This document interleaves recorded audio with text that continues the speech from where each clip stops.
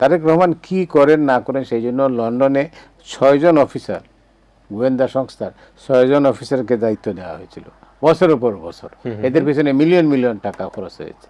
আমরা যদি একটু 17 বছরের ফ্ল্যাশব্যাকে যেতে চাই এবং যেটি বলছিলাম যে জিয়া পরিবারের সংগ্রামের কথা, সেই সংগ্রামের সর্বশেষ যে দুই ব্যক্তি সবচেয়ে বেশি নির্যাতিত হয়েছে তিনি হচ্ছেন বেগম খালেদা জিয়া, সাবেক প্রধানমন্ত্রী, এবং জনাব তারেক রহমান। আমি শেখ হাসিনার দু একটি উক্তিকে আপনার সামনে উল্লেখ করে আমি সেই প্রসঙ্গে যেতে চাই। শেখ হাসিনা সাবেক প্রধানমন্ত্রী, পতিত প্রধানমন্ত্রী, তার বক্তব্যের মধ্যে তিনি বলেছেন তারেক রহমানকে উদ্দেশ্য করে, আরে বেটা তোর যদি সাহস থাকে বাংলাদেশে ফিরে আয়। এখন প্রশ্ন হচ্ছে, যাদের যদি প্রশ্ন করে তারেক রহমান তো বাংলাদেশে আছেন, এখন যিনি প্রশ্ন করেছেন তিনি কোথায় আছেন সেই প্রশ্নটি আপনার কাছে আমি রাখলাম। আরেকটি বিষয় সেটি হচ্ছে যে সেই প্রশ্নের জবাব তো আপনি দিয়েই দিয়েছেন। আপনি যে প্রশ্নটা করেছেন, যে প্রশ্নের জবাবটা তিনি এটা বলেছিলেন, অথচ তারেক রহমান দেশে আছেন। জি বলেন সেই সময়টা ব্যাখ্যা দেন যে তার বক্তব্যের মধ্যে কিভাবে খালেদা জিয়াকে পদ্মা সেতুর নিচে ডুবিয়ে দেওয়া হবে, প্রভাস সেনকে ডুবিয়ে দেওয়া হবে, এতিমের টাকা মেরে খাওয়া, কত কিছু, এবং সংসদে যে অপমানজনক বক্তব্য দেওয়া হতো সেই জায়গাগুলো যদি দেখেন আপনি। এই পরিবারের যে 3জনকে আমি চিনি, আমি যেহেতু 3জনের সঙ্গে আমি রিপোর্টার হিসাবে, সম্পাদক হিসাবে আমি এদের সাথে 3জনের সঙ্গে আমার বিভিন্ন সময় কথা হয়েছে, আমি সাক্ষাৎকারও নিয়েছি এবং এদের সম্পর্কে আমি জানি। এই পরিবারের সংস্কৃতি এইটার না, তারা কাউকে হার্ট করেন না, তারা কোনো রকমই কাউকে। শেখ হাসিনা কী করেছেন দেশবাসী জানেন, বলতেও খারাপ লাগে, এমন সব বক্তব্য রেখেছেন তিনি পার্লামেন্টে, বক্তৃতা শুরুই হতো এটা দিয়ে।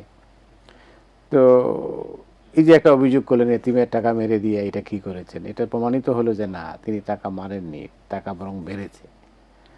তো এইটার জবাব তো কিছুই নেই। জবাব একটাই, বাংলাদেশের রাজনীতিতে এই ধরনের বক্তৃতা কোনো রাজনীতির সংস্কৃতির পরিবর্তন আনে না, বরং একটা কুৎসা মানুষকে আরও কুৎসা রটানোর উৎসাহ দেয়।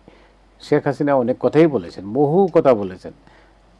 শুধু তাই না, তারেক রহমান কি করেন না করেন সেই জন্য লন্ডনে 6 জন অফিসার, গোয়েন্দা সংস্থার 6 জন অফিসারকে দায়িত্ব দেওয়া হয়েছিল বছরের পর বছর। এদের পিছনে মিলিয়ন মিলিয়ন টাকা খরচ হয়েছে। তো এটা জনগণের টাকা। গোয়েন্দা সংস্থার 6 জন অফিসারকে দায়িত্ব অফিসে, লন্ডনে বাংলাদেশের হাই কমিশনে বসে তারা এটা মনিটর করতেন, কে দেখা করে, কোথায় দেখা করে, উনি কী করেন, কী অবস্থা। লাভ কিছুই হয় নাই, বরং ক্ষতি হয়েছে দেশের।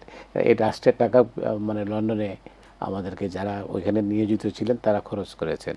তো এটা তো নতুন কোনো ঘটনা নয়। তো এইটা যদি একটা দেশের সরকারের সিদ্ধান্ত হয়ে থাকে, আপনি একটা দেশের নাগরিক, তিনি দেশের বাইরে কি ষড়যন্ত্র করতেছেন, এই ষড়যন্ত্র তো দেশের বাইরে বসে ষড়যন্ত্র কে কী করতেছে ওইটা কি আপনি 6 জন বসে এটা করা সম্ভব? আর কেউ কি ষড়যন্ত্র করেছে? করে নাই তো, প্রমাণিত তো হয় নাই কেউ ষড়যন্ত্র করেছে। তো তিনি এগুলো বলতেন, এই কার্যক্রমও এরকমই ছিল। মানুষ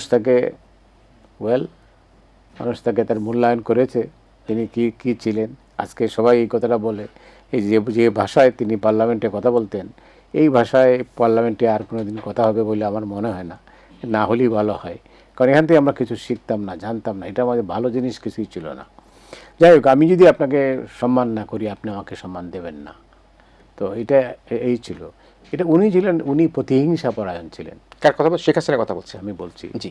শেখ হাসিনা প্রতিহিংসা পরায়ণ ছিলেন বলেই এইসব বক্তব্য দিয়ে একটা বিভ্রান্তি সৃষ্টি করা, মানুষের মাঝে অহেতুক একটা এইরকম একটা মন্তব্য করে মানুষের মধ্যে একটা রাগ ক্ষোভ তৈরি করা, এরকম চেষ্টা করেছিলেন।